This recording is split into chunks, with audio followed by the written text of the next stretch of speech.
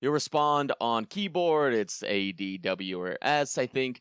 Not a clue what it is on controller, but I imagine it's probably the bumpers. Who's to say? These are very small QuickTime events, so you are very much timed as you are doing this. And then if you don't make a choice, it will automatically make one for you. The second game mechanic is the dispatching.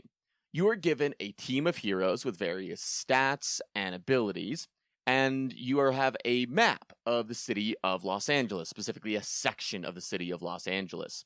You are given a job will pop up on the map, and you're given a brief description of that job. It might be a cat is stuck in a tree, or we need to close down this drug ring. And so the brief description of the job gives you hints, but not necessarily outright states, what kind of heroes or skills would be useful for that job. Then you will assign somewhere between 1 and 4 heroes, depending on the job, in order to send. Some of these missions will be given prompts when heroes arrive, and you might be able to dictate how the hero approaches that mission. In others, there's no decisions. It's just you get to the job, they do the thing, you see whether or not you are successful. And most missions are like that. You send the people out, and then there's a pop-up of a report of how you did. If your hero or group of heroes is able to cover all of the different stats required, then you get 100% completion, job well done. Most of the time, that does not happen. Most of the time, instead, you are given a percentage of likelihood. Maybe it's 78%, and there's a little ball, and it bounces around this little square or this little zone. Dang and ball. if it bounces in the correct zone, then job successful. If it bounces out of that zone, job fail. When you fail a job, your hero is wounded, and of course, you don't get to, succeed in that job. As you succeed in jobs, heroes gain XP, and they gain more skills and are better overall. In some missions, you get to dictate their actions, and are instead, you might say, hey, I want you to take them out quietly. At which point, instead of an array of skills, it is a single skill. And that is not a percentage base. It is you either have that number of skill or you do not. Finally, some heroes pair with certain missions. And if that hero is sent, they get a chance to basically automatically succeed that mission. So for instance, a very small dumb mission they get to do early on is you send a hero out to disrupt this person who cut in line, and then you go it, and the person pulls out knives to just stab everyone around them. And you can do the very likely thing if you send a certain hero, that hero will calm them down by giving them a personal concert. And so there are some very wild things that are related to specific heroes, but that is the basic breakdown of the mechanics of the game. Yes, Matt. Each hero has a specific ability, and each of 5 different abilities: combat, intellect, charisma, mobility, and vigor. Yeah, so that is correct. A scale of 0 to each one 10. is differently. That's correct. So, yeah. And then as you continue to play through, you unlock different hero abilities, such as being able to complete a job more quickly and successfully when they are sent alone. Or one of my favorites is they get to one hero will get to copy the hero to the left of them, and basically you can send out 3 missions, even though there's only 3 heroes, even though there's only 2 heroes. It's incredibly powerful. So good. And then also there are team ups. Certain heroes work really well together, and as a result, when you continue to pair them up, they have a greater likelihood of increasing the success of that mission. Anything that I missed on the major mechanics of the game? Hacking? There's a hacking section, but I think it doesn't get introduced until episode 2, I don't think, which we'll talk about there. It's kind of a major mechanic, though. It's like a secondary major mechanic. So there is a mini game that you play, like it's probably played 10, 15 times in the game. Or you're given the opportunity to play it. And it's a little hacking mini game that our protagonist can kind of like take control from the dispatch console. And you do have like a little hacking. So you'll have to go through, and it's basically like they're little nodes you have to go to. And it's just up, down, left, right on the keyboard. And there's little memory games in there, and it's there. You get chased around by a little red dot, and you have to like destroy it sometimes. It's a fun little mini game. It's speed based. It's like a speed memory game. I think it's like just a perfect kind of difficulty. It's not ever nothing's really so long that it's not hard or too difficult to remember. Being like just speaking to yourself, left, up, down, right, left, up, down, right, and just like keep on saying that as you go to the next node to go put the password in. So it's a nice little mini game that you get to play throughout the game. So. Excellent. It's very, very fun. And then another very small mechanic I miss is that in some cinematic events, you can have some quick time actions that include clicking in certain places or dragging in certain places. But I think that is all of the main ideas. I think that's everyone, yeah. And the first one's only at the beginning and end of the game. So that last one there, the quick time actions, you only have at the beginning and the end. So. Yes. Yep. So we open up on Dispatch, Chapter 1. Robert Robertson is talking with someone, and it seems like a therapist as Robert is on the floor. He's looking up. There's a smooth voice kind of asking him about his relationship with his dad and how tough that might be. His nose is bleeding, and his dog, Beef, who's an adorable little chunky boy, and I love him so much, comes up to Robert as he's laying on the floor and licks his face. It is soon revealed that the person he's talking to is in fact a villain, and this villain has connections to the supervillain Shroud, who killed Robert's dad. We then dangle this villain off of the edge, and we can either let him fall, or we can pull him back in after he tells us where Shroud is, and this is our first major decision of the game. Did you guys let him fall, or did you pull him back in? Matt, what'd you do? I pulled him back in. I'm not one of the kill bad guys heroes. I'm a good hero. I'm a good hero too, and I pushed him off the edge right onto a mattress that I placed there to keep him alive.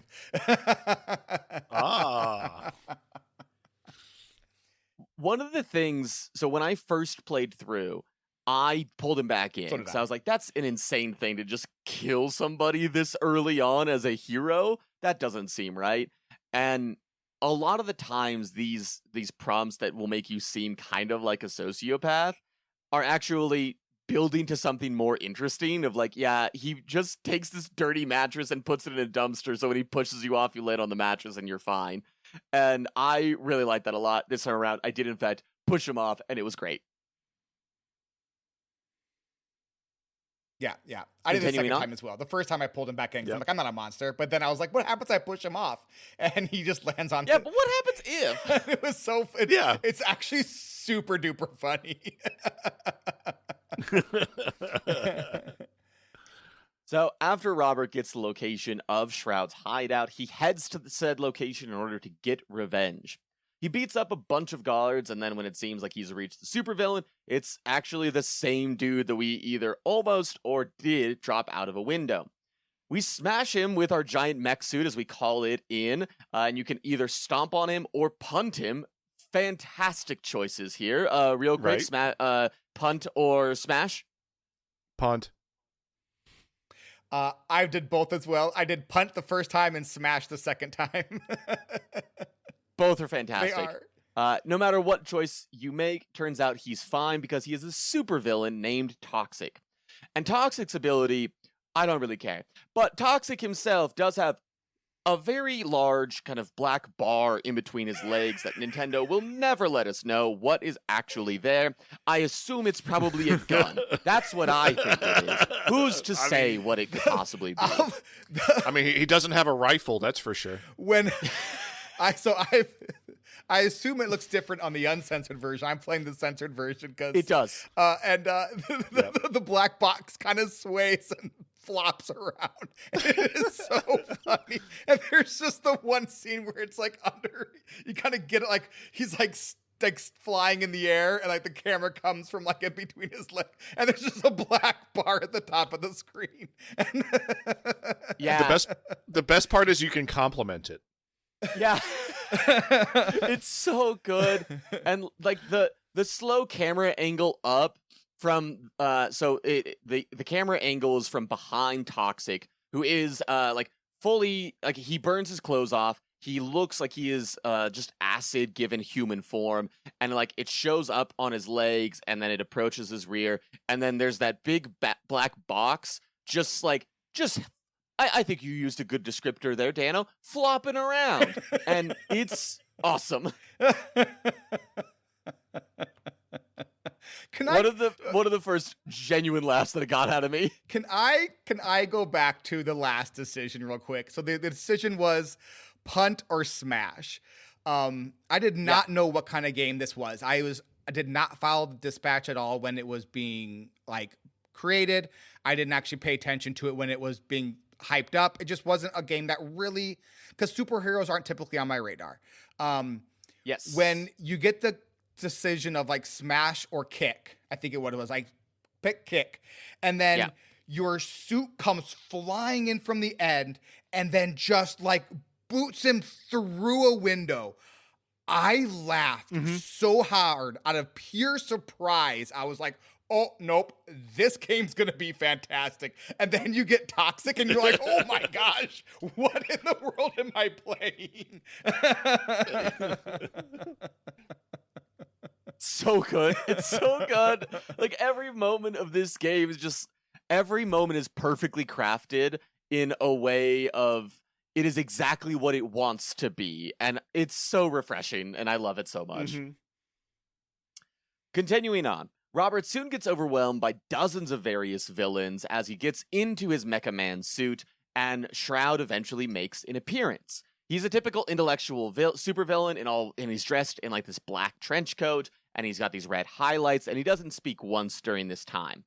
Toxic, on the other hand, speaks for him, and Toxic tells us that there's nothing we can do, and that Shroud has made all of the calculations, and all Shroud wants is the Astral Pulse. The Astral Pulse is the thing that is used to power our suit. And if we give him the Astral Pulse, Shroud will let us live. All is good. We tell him no, or perhaps other colorful language, and we fly away as we're able to use our boosters at the very last minute. And for a moment, it seems like we've gotten out damaged, but okay. Then something explodes, and we come crashing down to Earth. We got to several months later, and Robert is recovering from his injuries, and there is a press conference where Robert announces his semi-retirement, kind of, depending on your answers here. And there's one real rude reporter who goes off on Robert and says, so most superheroes avenge their family. You've done the opposite. You have instead destroyed your father's legacy, destroyed your father's suit, and made an embarrassment of yourself and the name of Mecha Man. And Robert goes, I didn't hear a question in there. He goes, well, do you know how much of a disappointment you are? And you can either attack him, you can walk away, or you can say that you have indeed failed. What did you guys choose here? What'd you do, Matt? Unlike my previous choices in video games where I have opportunities to punch a reporter, I did not. I just walked away. What'd you do, Storm Rage? The first time I talked about how I was honest of like, yeah, I messed up. This time I walked away. Next time I do want to go attack him. I walked away the first time and was unhappy with that choice immediately. This time I talked about it, and I was like, I answered the question, and the way he answers the question is really top notch, and it's really honest and good. Now, that's good. Definitely my preferred, like my canonical. I would definitely say my second playthrough is my canonical playthrough. I would say the first time, like because the way that the things count down, you oftentimes are like, you are picking really quick, and it's kind of like just like a super gut reaction. And so being able to go through the second time and know, okay, no, it's, I want to kind of be able to answer this question, because sometimes you don't even really get a chance to fully like, engage with all the different options that are on screen. You're just kind of like, walk away. I think I would just walk away in this situation. And then if I had like thought about it for one more second, I would have actually engaged with the question. So I engaged the question. I like that answer a lot, though I do want to know what happens when you punch this guy, because he has it coming. Yes, he does. Yes, he does. And Robert, outside of his suit, has no powers whatsoever. So it feels a little closer to on even playing field of like, at least it's just a human with no powers and a human with no powers. Yeah, but it's like, what if like a super, super duper like in shape MMA fighter punched me though. That is much more what it's like. Well, because like the reporter is more my type of in shape than I would say Robert is. Robert is in very good shape. Robert is also recently hospitalized with a broken arm. Fair enough. Which we will get to in a second, which is a very fun choice. Continuing on. Post the interview, Robert walks past a TV store showing the interview and the moment that we just had, when all of a sudden the glass breaks on screen and a bunch of thugs in either, depending on your preference, Teenage Mutant Ninja Turtle colors or Skittles colored masks start to steal the TVs. Robert, with a broken arm and a lot of other injuries, tries to fight them off, but will fail to do so. You are given a prompt because the dude, you have your left arm is in a full cast, and there's pretty obvious, can't do much with it. And the guy comes up in the red mask, says, "You're not going to be able to beat me when I know where every punch is coming from. And if you punch with your right arm, the open arm, he kind of just embarrasses you because he knows where it's coming. But if you punch with the broken left, you get one good hit in before all of his buddies beat you up." Mm-hmm. When you when you punch with the right arm, the good arm, do you have the fun like conversation with Blazer afterwards with like your arm being completely like out of whack, or do they skip over that? Do you know? Yes. They still have Yeah, that happens no matter what. Okay, that's such a fun conversation. So Robert is saved by another superhero named Blonde Blazer, who is very much like a Superman type-esque hero, flight, strength, all of that jazz, who assists in the fight and will help fix your arm because it is now re-dislocated, as Dano mentioned previously, and Blonde Blazer then takes him to a local bar.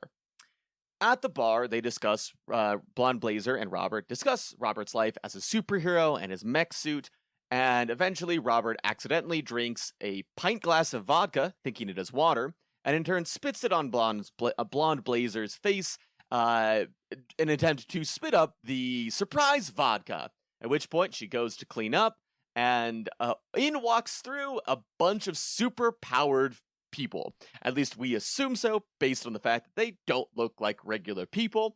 And we quickly identify one of them, who I will only and forever in this show and in all eternity refer to as Flambebe, because Stevie once called him Flambebe, and now I will never call him by his normal name, which is Flambe. He is Flambebe. Flambebe is a former villain who controls flame that Robert fought as Mecha Man previously and embarrassed him. Flambebe antagonizes Robert, and you can either throw water on him, which extinguishes the flames, and then eventually causes him to trip and run his face into the bar, knocking his teeth out, or you could throw alcohol on him to light him on fire, which burns his eyebrows off. Either way, we are kicked out of the bar for causing a disturbance. What did you guys do here? Matt? I did the vodka and singed his eyebrows. It was great.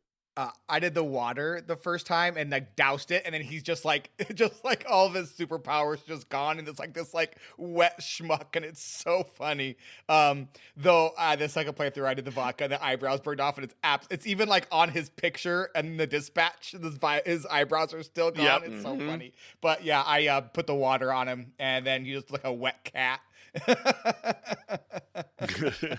It's so funny, and if you throw alcohol on him, there's two other people that are with him that we'll get to later on that are just like chasing him around, trying to put him out. It's so funny. It's funny with the water too. I've seen the water scene where because like he just like chips his bark, he like implants his tooth into the bar. Oh, he loses his He tooth. loses the tooth. Yes. And so then for the rest of the game, he does, for like the rest of the playthrough, he doesn't have his front tooth. And he has, I forgot about that. It's so good. Blonde Blazer eventually meets us in the alley and flies us to a giant billboard that has a great view of the Hollywood sign. And there's this beautiful moment as like you're flying through Hollywood, and it's just phenomenal. The art in this game is so beautiful, and there's a lot of very silly jokes and goofs, and then it kind of just is like, here's this genuinely incredible landscape, And that dichotomy works so well. My favorite line is you see the Hollywood sign, you see them flying towards it, and then they're looking at the Hollywood sign, and Robert goes, "Oh, I thought we were gonna go to the Hollywood sign." And Blonde Blazer goes, "Oh yeah, that would have been great."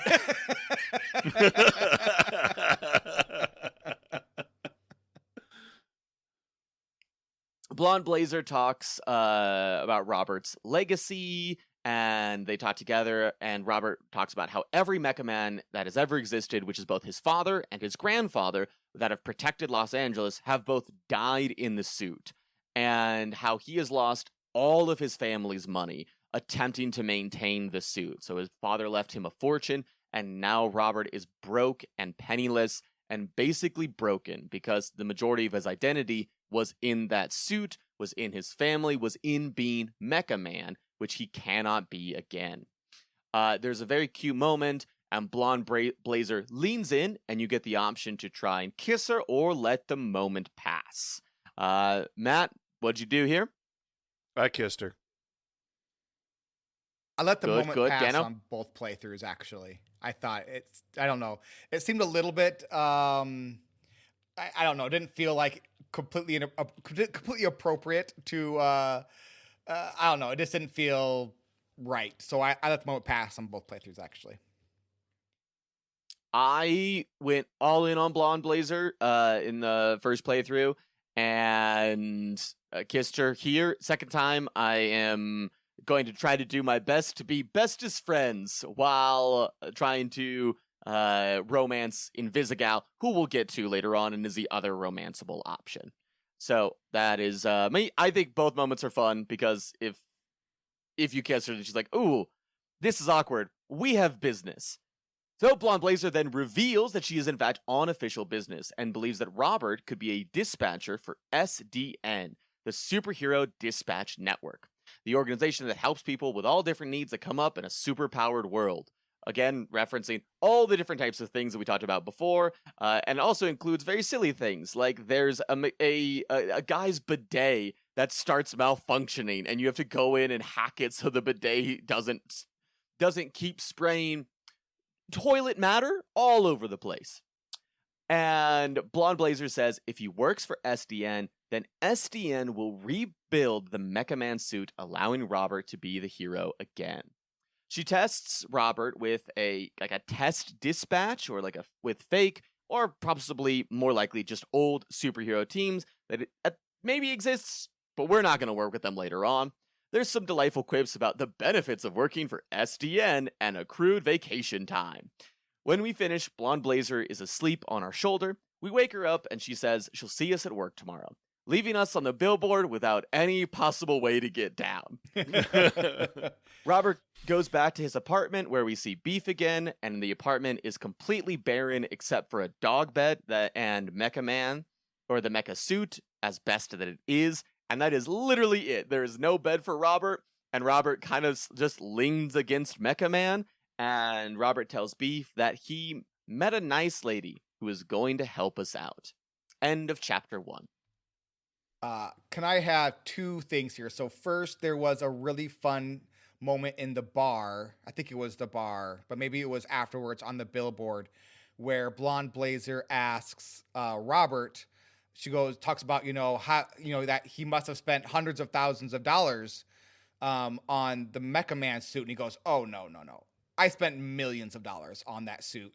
And in the last few years, it was just duct tape and hope." Yep. And then second, I'm going to get this out of the way here now, because otherwise I spent pretty much 90% of this game waiting for the SDN heel turn that never came, because I am so jaded for every and any authority figure or any corporation's point. I'm like, well, they're obviously the real bad guys because they're a corporation. They must be awful and terrible. It never comes. And I was like, oh, I would have played this game differently. Because at no point do they give you this idea that they are, or that Robert mistrusts them whatsoever. They are nothing but nice and on the up and up, and seem to just be doing good things for people who need help. But I'm thinking, well, they're saying they're doing good things, which means they must be evil. So I finished the game. I was like, oh, they're not the bad guys. I mean, they are basically superhero insurance, so yes. But anyway.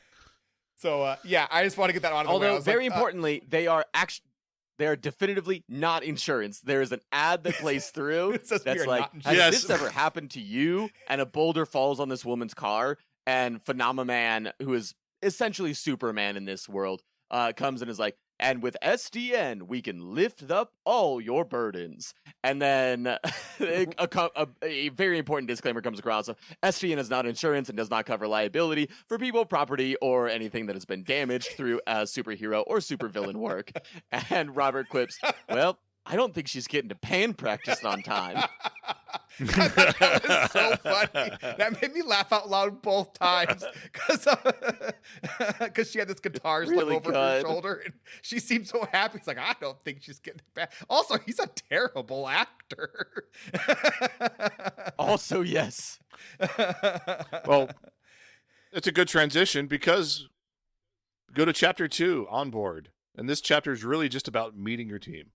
So Robert's hanging out in the SDN lobby wearing his Mecha Man undersuit, like the suit he wears while he's inside Mecha Man. And you meet Waterboy. And his superpower is he makes things wet. That's his thing. He makes everything wet. They watch the SDN commercial that we just talked about and make a crack about PHENOMAMAN. Waterboy tries to make jokes somehow. PHENOMAMAN. Phenomenon. I'm going to screw this. I'm going to mess this up every time. Phenomaman. Yeah. There we Make a go. crack about. Waterboy tries to make a joke, but somehow makes everything offensive, but also is very sensitive about it. It's in a very hilarious scene where it's like he could sell snow to an Eskimo, or no, that's wrong. How about he could sell snow to a snowman? No, snow person. Snow person. Like it's just one of those like, yeah, you know. Eventually, Rob, like then there's a scene where he's trying to put on a tie on his Waterboy is putting a tie on with his costume. He can't figure it out. Robert's trying to help, and he's like realizes, man, this tie is really wet. All of a sudden, Flambe comes in. Without Excuse me? his eyebrow.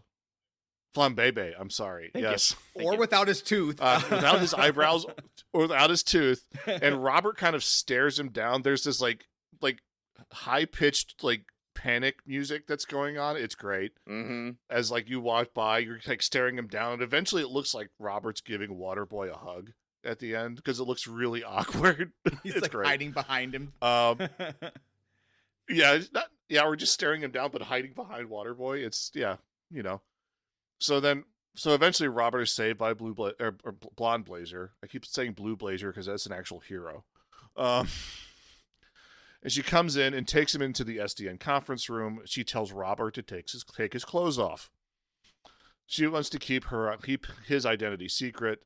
She says, "This, you give a choice like don't look or peek or I don't really care." She gives you a blue search, and then at that point he looks at his mask and says, "I've never felt silly wearing this costume before." And then there's a pause, and she's like, "Oh, because," and then it's like, "Yes, that was the point of the pause." It's a great scene. She eventually apologizes for the night before. Robert says they were both a bit tipsy and got lost in the moment since I kissed her. Got to keep her things professional as you are changing in the conference room. All of a sudden, Invisigal appears and runs into the locked door. Invisigal is another hero hero that show with quotation marks that has the ability to disappear when she holds her breath. She's also asthmatic, which is great. Such a fun combination. Are you kidding me? Right. Somebody that can turn invisible, but only when they hold their breath, and also asthmatic. It's so silly. She always has her inhaler around. It's awesome. Yep. So then, at this point, Blazer introduced Invisigal in the Phoenix program. Invisigal is very direct about your, previous evening with Blazer. It's very direct. It's great.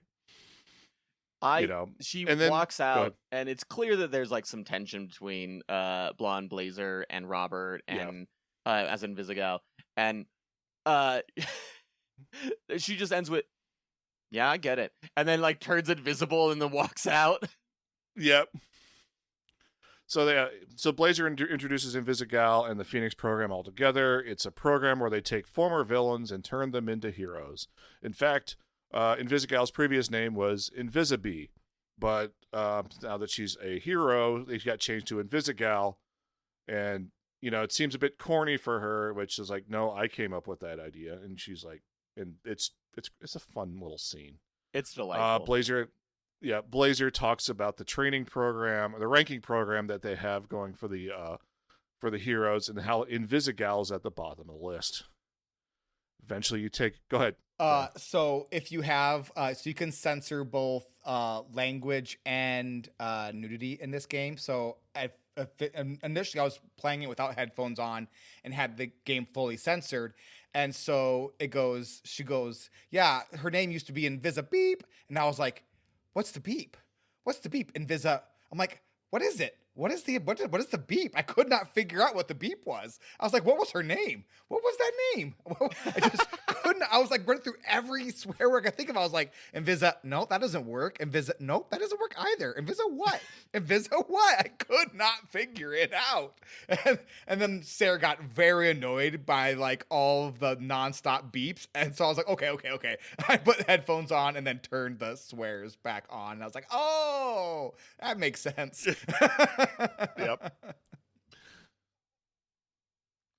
So we do eventually take a tour of SDN, learning the important things. We learn about the 3 Ds of SDN, which are dispatching, documentation, and diversity. Can we talk about not that in that real order. quick? So, were you going to talk about it? About this scene? Yes. Okay, go ahead. No, go ahead. I'll Go let ahead. you Go do ahead, it. because it's great.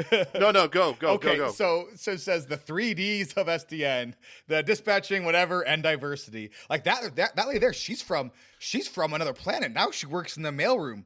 That guy over there with the super hearing, he's from and he has a turban Florida. on. He has a turban on. He's like, Florida. Yeah, She's he's a Sikh. Yeah. Florida. Yeah.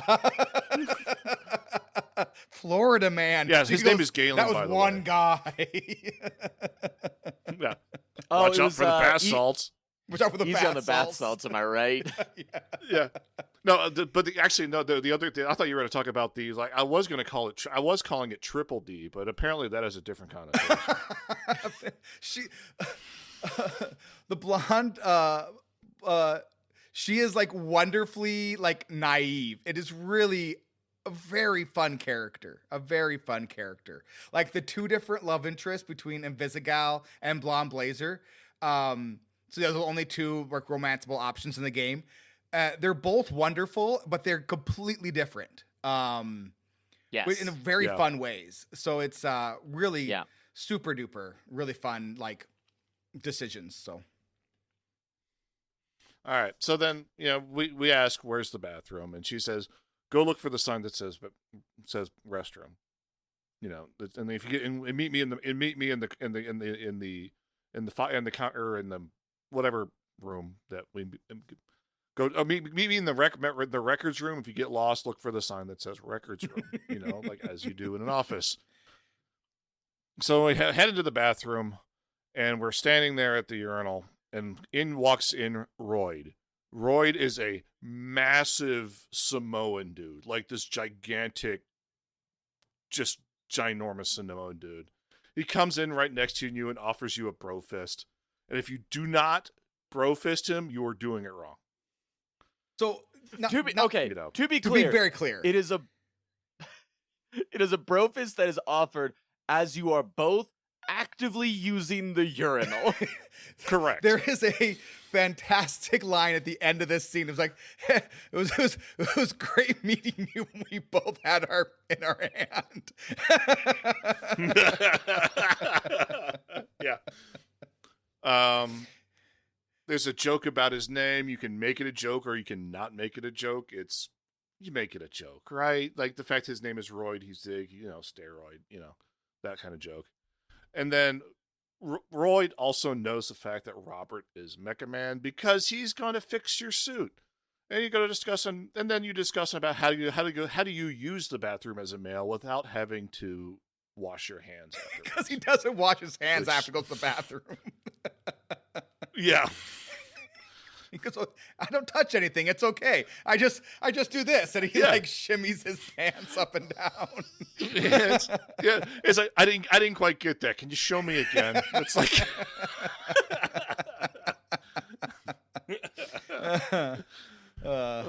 We then cut to the records room, meet Chase. He's looks like an old man, but really he's apparently just turned 39.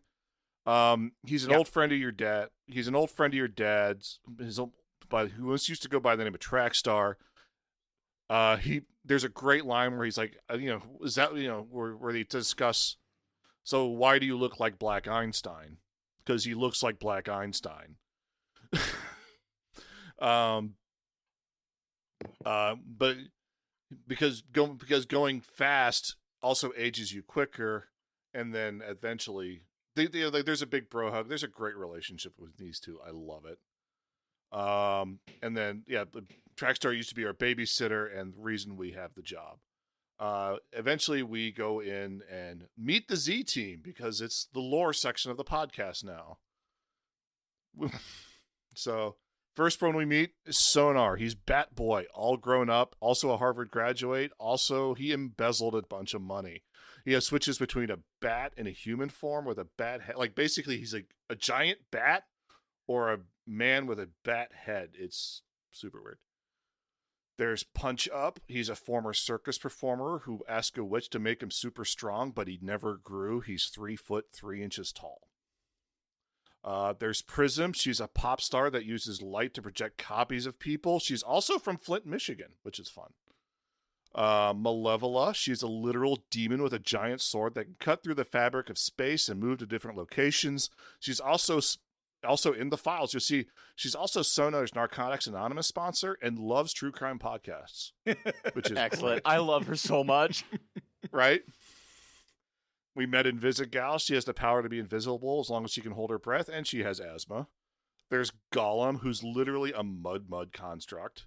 And Flambe, who's we met before and interacted with before. His skin doesn't burn, but his hair does. And Coupe, the former assassin who flies and uses knives, who everybody calls Coop because it sounds better. All right. After we click through all the files, we eventually go to meet our desk. It's an old computer workstation, and they jump right in because the dispatchers don't work, because the dispatchers usually don't work past the day. As you respond to calls, the team starts making bets on when Robert will quit. It's like I got Friday. Today is Friday. Yeah, I know.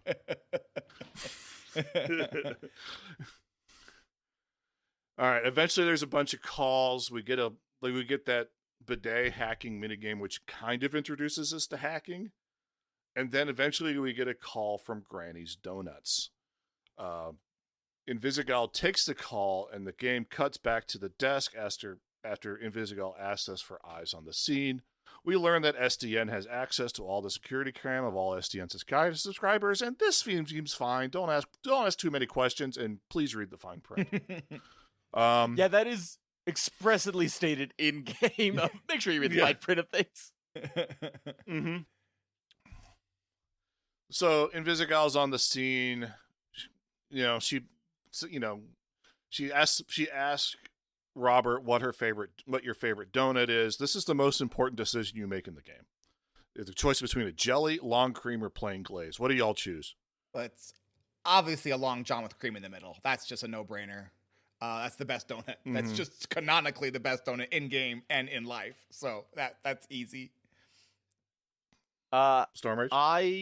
I chose Honest the first time. I did plain glazed, and I think I've also seen the other two, and the most recent one that I chose was jelly.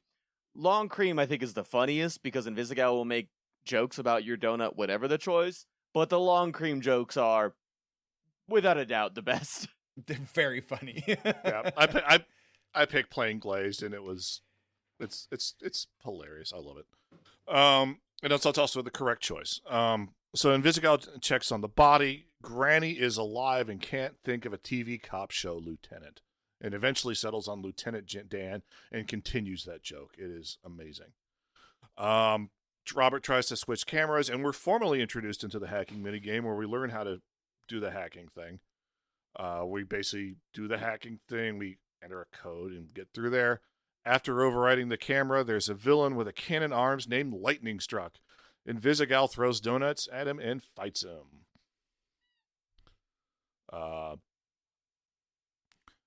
There's some various interactions. There's a scene where you can yell through the audio to have Invisigal duck when he shoots. I didn't choose the other option. Did y'all choose the other option where he make visible? I'm just duck. I always chose duck. Yeah. Same. Eventually Robert hacks the sprinklers and shorts out the blaster. There's a timer on this one for extra stress, but honestly, as an engineer who's done this, there's no, that's not how sprinklers work. This is the second time you have brought up whether or not sprinklers work in this specific manner, Matt. It's a superpower world. They can do sprinklers in their own way. I guess. I don't know. The thing has to melt first. That's the little thing in the sprinkler has to melt. Love that this is the They just can't go chooses off. to die on. It's like, sure, yeah, It is. There's a I'm man sorry. with lightning guns on both hands. That seems believable, but the sprinklers? Come on now.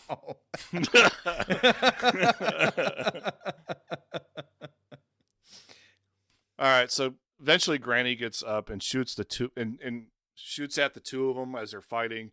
There's a standoff and he yells, "Nobody bleeps Granny." There's two options here. Robert tells Invisigal to take out the thief, but she disobeys the order and takes out Granny with the gun. Or Robert can tell Invisigal to take out Granny because the gun is about to explode, and Invisigal obeys, saying because attacking the client base is a bad idea.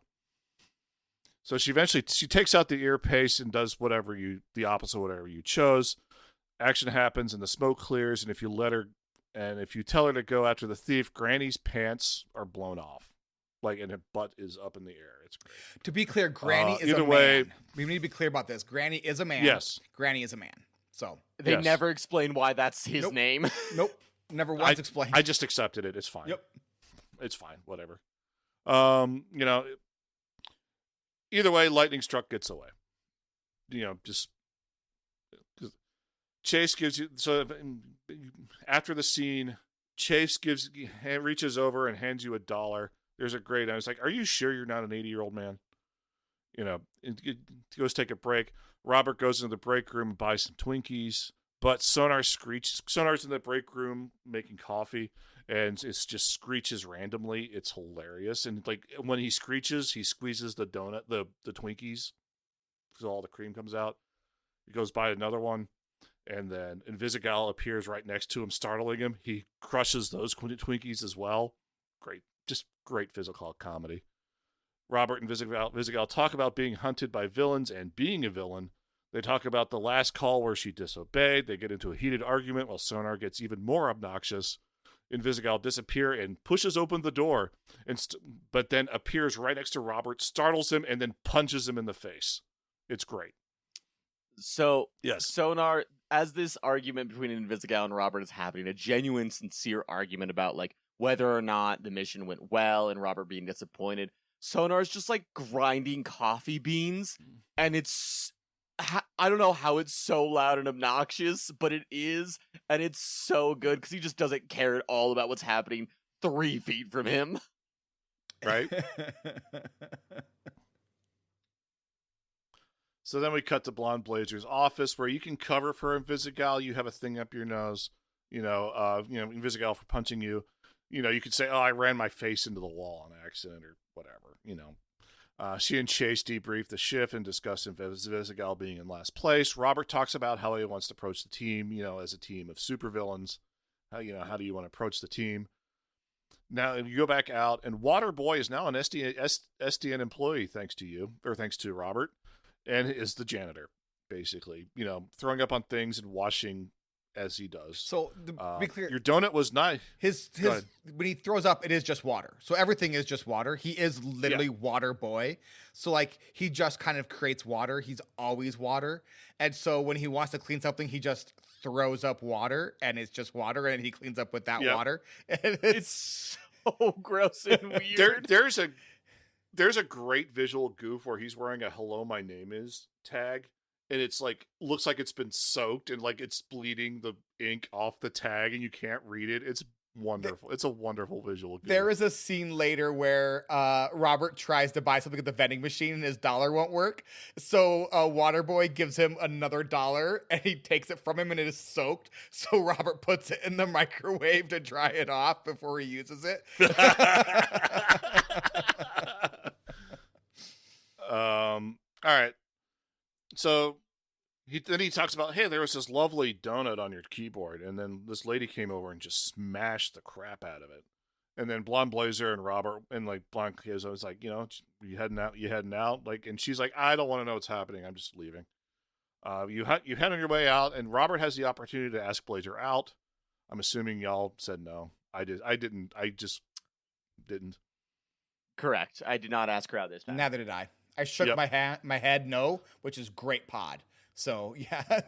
Yeah. Yeah, so then PHENOMAMAM.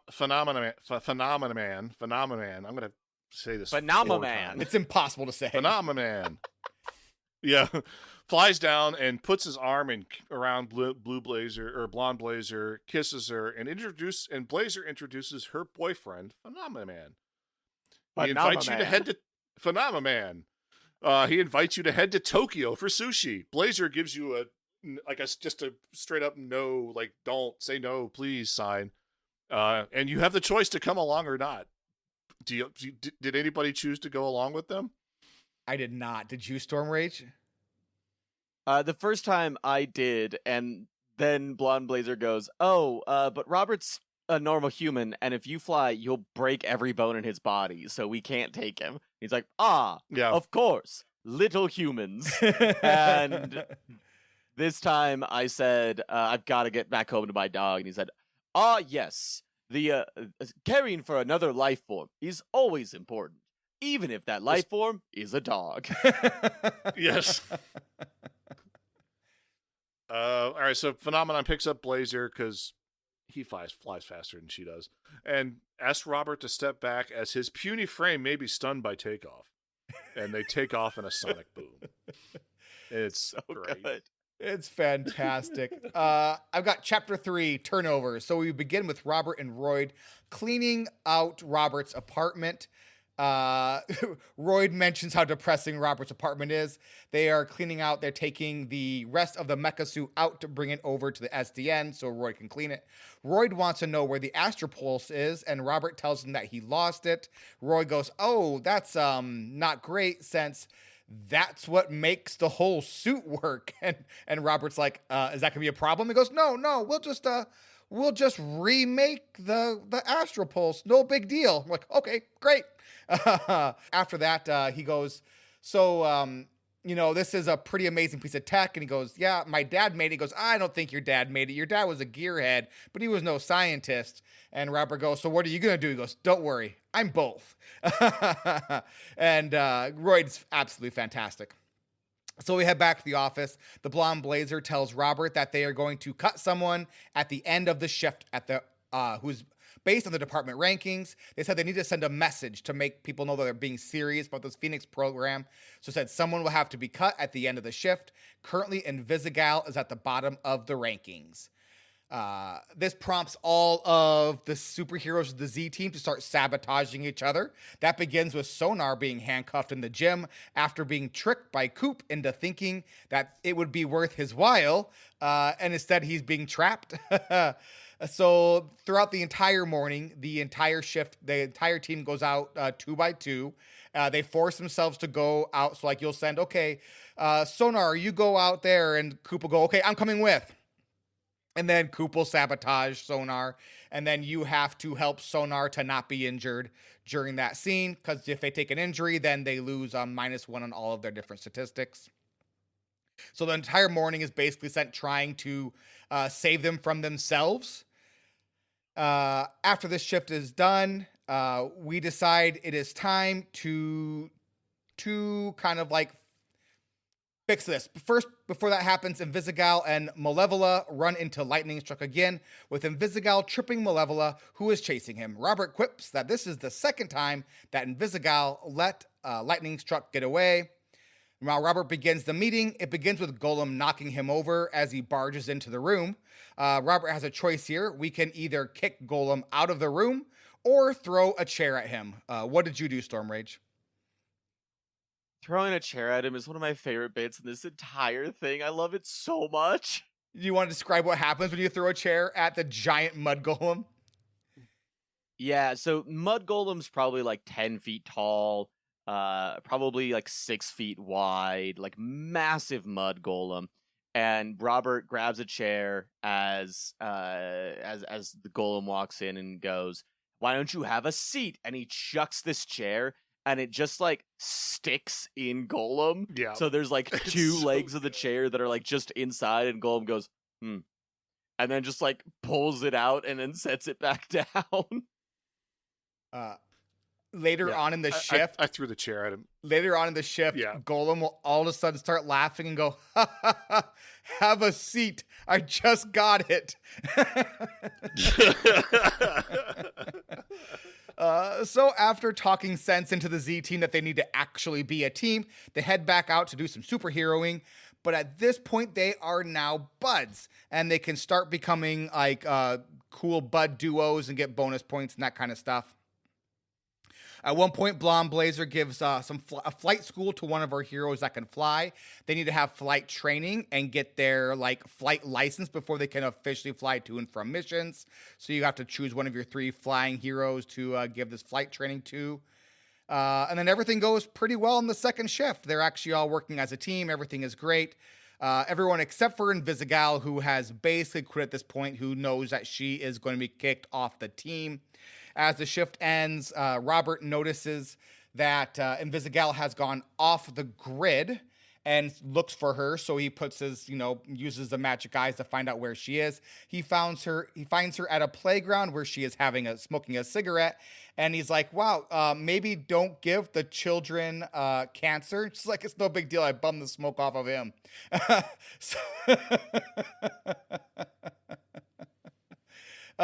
So he kind of tries to, kind of talk her into not quitting on herself.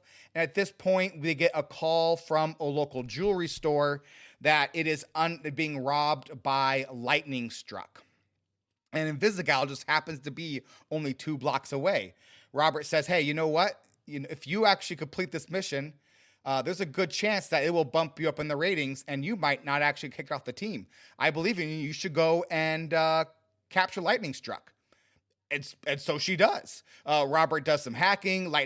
Vizzy does some fighting, and then catches Lightning Struck. Good job, Vizzy. She brings him back to headquarters. Everyone cheers for her. And after this is done, Vizzy is indeed third to last. She is no longer in last place. Yes, Stormrage. The reason she gains so much, 'cause she's well behind, well in last place, and then she bumps up dramatically on this last call. And the reason that is given is Lightning Struck's wanted level had increased because he had evaded SDN twice. Both of those times were just Invisigal. And so Robert's like, "This is like missing the free throw to get the put back." And Blonde Blazer goes, "Yes, that's a very good football analogy." And it's so silly that the rankings work that way, and so very corporate, and a really good moment of Robert being like, "Oh, it's this thing," and Blonde Blazer trying to be supportive. Yeah, Matt. There's a really cute scene where near the end, where you see the name go up to 3rd place, and you see Invisigal take a photo of the leaderboard with her phone, and just because she's like, "I'm not in last place." It's such a great, cute scene. They really do. She is such a likable character. Yeah. You really do cheer for her. It's really hard to to not want to see her be successful in spite of herself quite a bit, actually. One of my favorite things about Invisigal is a long-running thread of she tries to do the cool like superhero quips, but is so bad at it, and it takes her like 4 tries before she gets to it. And then when she gets to it, she just keeps repeating that bit as many times as possible, and it's so good.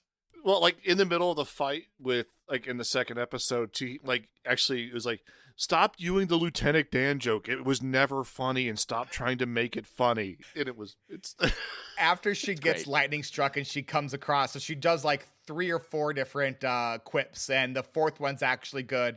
And so she gets it right, and she goes, "Hey, that's a good one." And Robert goes, "Yeah, it would have been way better if you got it the first try, though."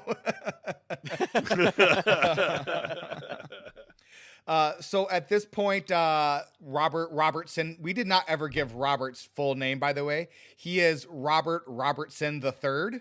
He is the 3rd Robert Robertson. His grandfather was Robert Robertson. His father was Robert Robertson Jr., and he is Robert Robertson III.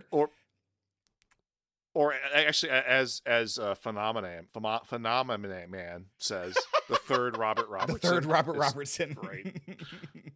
Yes. So now the tough part of okay. the chapter. Oh yeah, Stormrage, go ahead. Dano, real quick before we get to this last very important part.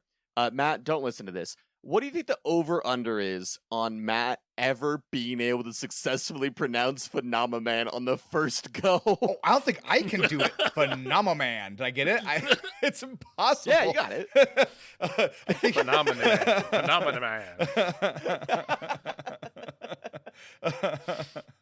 I will not be able to say it. It's just impossible. So Robert Robertson the third has to choose, or 3rd Robert Robertson has to choose of 2 of our members of the Z team to cut. He has to choose between Coop or Sonar. So one of those 2 will be kicked off the team, and he has to make the call. Blonde Blazer says whichever he chooses, because they're tied for last place. Whichever he chooses, she will support him because she's essentially his boss and the leader of this branch of SDN. So if he cuts Coop, she throws one of his knives at him before leaving. And if he cuts Sonar, he takes off his tie, turns into a giant monster bat, screeches into Robert's face with like spit and gore coming out, and then like stomps out, claiming he'll regret it. Which one did you cut, Matt? Coop. Cut Coop. Who'd you cut? Mainly because she initially sabotaged Sonar. Gotcha. And who did you cut, Stormrage? First time I cut Sonar because I thought Coop is a more interesting character that I wanted to see. Sonar is just a real dumb and also real smart crypto bro, basically. And I thought Coupe was more interesting, but having cut Coupe, that scene is terrifying because she stabs down her knife and she goes, "I cheered for Invisigal." That was such a great line. Cheered because she was going to get cut. I was like, oh, that makes sense. That makes sense. I was wondering why you were doing that.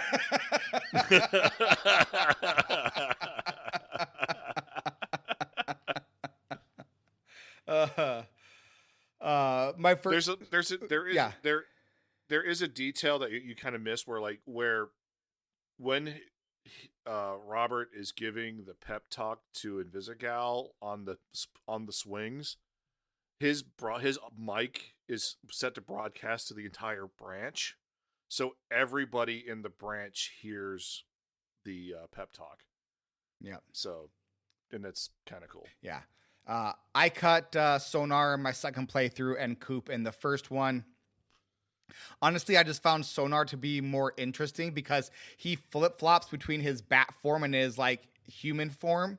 And so his stats also flip. So in his human form with the bat head, he's very smart and very charismatic. And then those flip to fighting and vigor with his in the other form. So basically you only have to improve 3 of his statistics and just kind of pay attention to where you're at. I eventually just started bumping up his speed and then just bumped up a few of his like smarts and charisma, and he ended up being super duper by the end. Just got to pay attention to which form he is in, and by the time he had good speed, he was great. And the second time I kept Coop the second time to see how that one goes. But she was a literal murderer and assassin. So I was like, I don't know. It feels like she's actually the supervillain as well. So, but yeah, they're both pretty fun. And that's where the chapter ends. So yeah, it was a ton of fun. Taste my grilled cheese. Are you gonna do the thing? Munch, munch, munch. I'm so sorry. I got distracted because Stevie is playing Dispatch right behind me, and Toxic just showed up, and I was very excited to see the floppy black box. I mean, as you should. I haven't seen it unfloppy black boxed. I'm gonna have to do a playthrough one day, just after everyone goes to bed, just to kind of see how things go. What's our first good, Matt, other than the floppy black box? Quite literally. Well, I can't do that one though. No, the dialogue is incredibly clever, and everybody's witty and funny, and especially, and then there's times when they're not, and it's even funnier when they're not, because it's like it just changes expectations. It's phenomenal. It's great. What's the not so good Storm Rage? Dano. I really not so good as Danos. Yeah. Dano, I'm sorry. Yeah, Dano. I've got the not so good. And so this comes from our Discord. I actually didn't fact check this, but I believe it. So it sounds like it's accurate. So apparently the Switch version of Dispatch is fully censored, and you can't turn the censorship off. So apparently the reason that this is the game is not region locked. So it is a full international version. And Japan's like, yeah, no, you can't do that in a video game. And so the devs were like, okay, well, we'll just force everyone into playing the censored version, which would honestly be fine, but they didn't tell anybody. So a bunch of people bought this game thinking they were getting, this funny, raunchy, 80s superhero movie essentially. And instead they got the censored version, which, you know what? I don't blame them for being a little upset at that. I think it'd be different if they had told people that this is the censored version and were very clear about that, like up front. Yep. But not being super clear about that, that's a goof up. That's a mistake. You needed to have told people that. So, do we know if we can turn the censorship off, or is it always on? No, you can't. The Switch version? On the you Switch cannot, version, it's always on. On the Switch, everything is fully censored all the time. Yep. Got it. All right. Yeah. What's our best good, Stormrage? How the heck is it so fun to send people on jobs to go find cats in trees and clear up traffic, and then occasionally you're like, oh yeah, I need to make sure that this very important person doesn't get murdered. It's just so wildly fun to send people on jobs, and it has no right being this fun. It is somehow the most engaging game I have played in months. It has no business being so. Right? He asks each traveler 5 questions. 3 questions. 3 questions. 3, that's a magic number. I will ask myself 3 questions. Matt, what are you liking so far?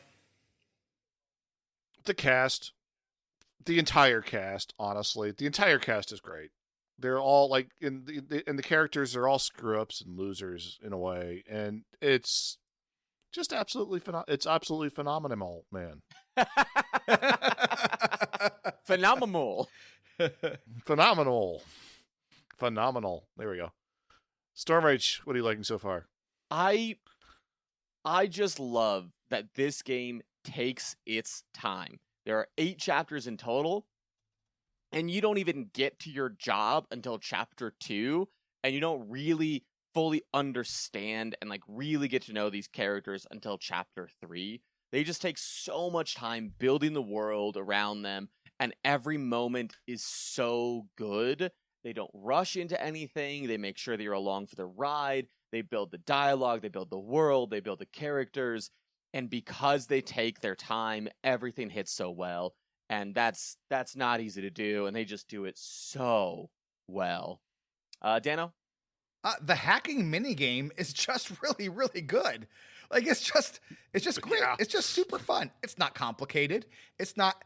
There's different variations of how it works. It takes it's a little bit of thought. It's easy to puzzle out. It's straightforward enough where you aren't like getting confused at anything, but there is enough complication where you can truly fail at it. It's really, really well balanced, truly and wonderfully well balanced. I also really like how it gets progressively Yep. harder as you play, like where they introduce like the antivirus in the third episode, and it's just like you have to trick it to go a certain direction in order to get up there and enter the code in time. It's really good. It's really well done. What are you struggling with, Matt? Struggling in spelling, phenomenon, phenomenon. PHENOMAMAM. Phenomaman. Phenomaman. Phenomenon. That's it. That's the only thing I'm struggling with. What an incredible struggle, Matt. I love you so much. What are you struggling with, Stormrage? I had so many missions at 70% or higher that failed this last run. I restarted chapter 2 after the first like 7 minutes of that mission because I just kept failing 70% missions, and I was like, I'm not doing this. I can't. There's not really a reason that you need to succeed. Like, there are benefits to it later on, but most of it's pride. Yeah. Like when it gets close to a failure, it like zooms in as it slows down. And I was like, at one point I had picked poorly for a mission, and it was like 15% chance to succeed, and it was gonna succeed. And I was like, oh no! And Sarah's like, what's wrong? I was like, oh, I failed a mission. And she's like, what is wrong with you? And I was like, I was close. It's like the roulette wheel, like bouncing on the number that you picked, and then like as soon as the ball stops, it bounces onto the next number over, and you feel bad. Yeah. Dano, what are you struggling with? All right, so Moist Critical and Jacksepticeye. So Moist Critical is a commentary YouTuber and video game and esports owner, and he's a very wealthy man. And Jacksepticeye is a Let's Play guy. They're two of my favorite YouTubers, and they are both in this game as voice actors. So Moist Critical is Sonar, and Jacksepticeye is Punch Up. Moist Critical does a good job. Jacksepticeye does a fantastic job. But when I first started hearing their voices, I was very confused because I was like looking around the screen trying to figure out why their YouTube videos were. I'm like, do they have cameos of famous people in this game? Like, so do like Moist Critical and Jacksepticeye canonically live in this superhero world? I was very, very confused. And then I saw the mouths moving for like Sonar and Punch Up, and I was like, oh, they're the characters in the game. And I have heard their voices so much, watching their videos. Jacksepticeye especially, I've been watching him probably a decade at this point. Like, I've watched a lot of his videos, and so it was very difficult, but they both do a fantastic job. But they're just voices I know so very well. It took me out of the game very drastically at the beginning, because I was like, what in the world is going on here? What surprised you, Matt? This one's going to be, I think, for a lot of us. How compelling the actual gameplay of sending people on missions is. Yeah. And like, on top of that, the banter that goes on on that screen is probably some of the best banter in the game, and I absolutely love it. Stormrage, what about you? What surprised you the most? What surprised you? The character Robert Robertson III is a very low energy character. And it's a character that's been beaten, is down on his luck, and I think it is really, really difficult for a main character to have that low of energy consistently. And Aaron Paul does such an incredible job at it. Like I think his might be my favorite voice acting in this, and it's really close because everybody does an incredible job. but the way that he's able to just highlight and keep you engaged with his incredibly dry delivery throughout is just phenomenal. And it's so good, and I love his performance here. Dano, what about you? Same as Matt. How simple yet engaging the gameplay is. It honestly has no fun, no business being this fun. It's incredibly fun. It's incredibly engaging. You put a lot of thought into it. It's great. It's truly, really, really fun and engaging gameplay. It honestly blew my mind when I kind of got a first taste of it. I was like, oh, and then like immediately it was like, oh, this is actually just amazing. This is just amazing. I cannot wait for dispatch likes to be a new genre of game. Like, I don't know if this is just like a visual novel trope and this is how some of these games are, or if this is new and we're going to get a whole bunch of dispatch likes. I don't know, but it is incredibly fun. Yeah, Matt. The best decision they made was turning off the timer when you have the decision screens on. Like the fact that like your timer, because you have a timer that goes in the background on during your shift, where you have a certain amount of time to respond to calls and a certain amount of time to, like, as things are happening, and eventually at the end of the day you have so many shifts, so many calls you've made. But when you're on that screen making those choices, reading the description and seeing who you need to send, the time stops. There's no, like, you have the opportunity. It's like, well, I can choose to send Invisic out here because she's a lone wolf. She's really good at, doing things on her own. Or I can send, Sonar and whoever else on this mission because I need somebody with muscle and I need somebody with charisma. So I'll need to do this and it'll work out. And that's one of my favorite decisions they made, where they, like, you're not rushed to make the decisions. You get to sit and choose what you get to do, and you're not rushed during that. It's great. Yeah.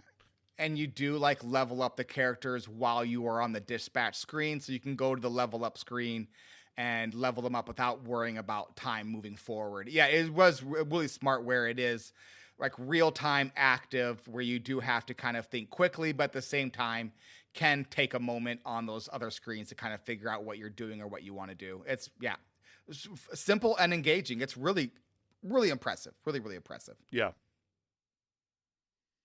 You want to buy some death sticks? You don't want to sell me death sticks. I don't want to sell you death sticks. You want to go home and rethink your life. I want to go home and rethink my life. Sell the game to a friend, Storm Rage. Dispatch is what every Suicide Squad game and movie tries to be. How about you, Matt? I want to get past the visual novel aspect so I can send more people on missions. That's so crazy to me. The visual novel is so good. It is really good, though. The visual novel is really good. Dano? Save the city, take crap from a old fat reporter because you aren't perfect. Get the world's strangest desk job. That's it for this week. Next week, we're going to beep some supervillains and beep our heroes when they beep.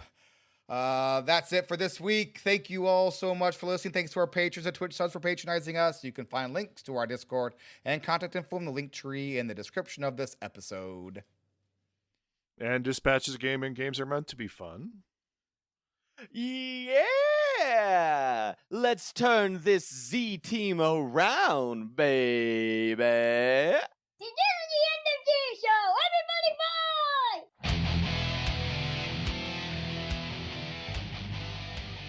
bye! I'd like to highlight two things as we outro.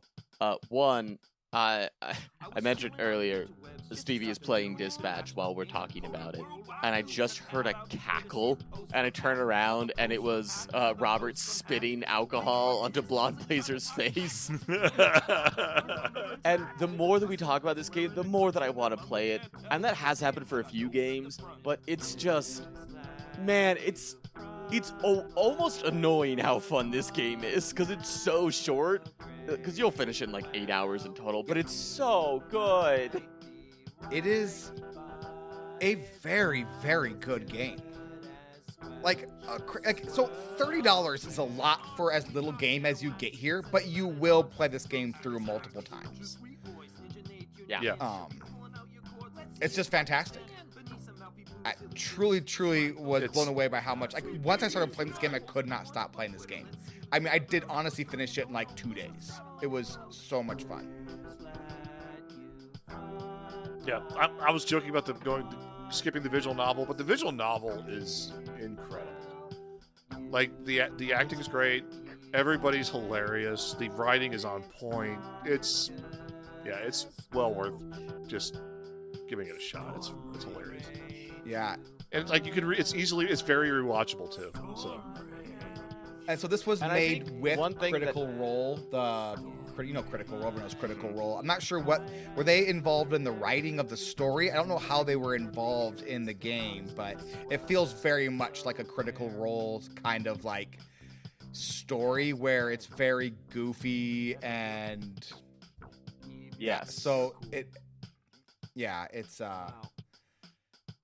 it's great. I hope we get another game. Honestly, I want chapter 9, 10, 11, 12, 13, 14, 15, and 16. Yeah. I think there's a lot more they can do with the game. Without a doubt. Yeah. And also there's some comics that I'm absolutely going to buy because you can get the digital deluxe edition. And one thing that I was worried about coming back to this is that I know that most of the decisions that you make, by and large, do not impact the broad story. And I was like, I don't want my decisions to feel like they don't matter. And even the small decisions, even though they lead to the same point, because they get there in different ways, still feels unique and interesting. And I'm glad I got to play both of them. And it doesn't feel like it's undercutting my intention. It's just like we're getting to a different route, or we're going that same path, but a different route. And I like it a lot. I mean, okay, take Flambébé, for example. In the very beginning of the game, you can choose to throw water on Flambébé or throw alcohol on Flambébé. For the rest of the game, he will look differently depending on what you chose. He will either not have eyebrows or he will have a gap in his front teeth. And I love that so much.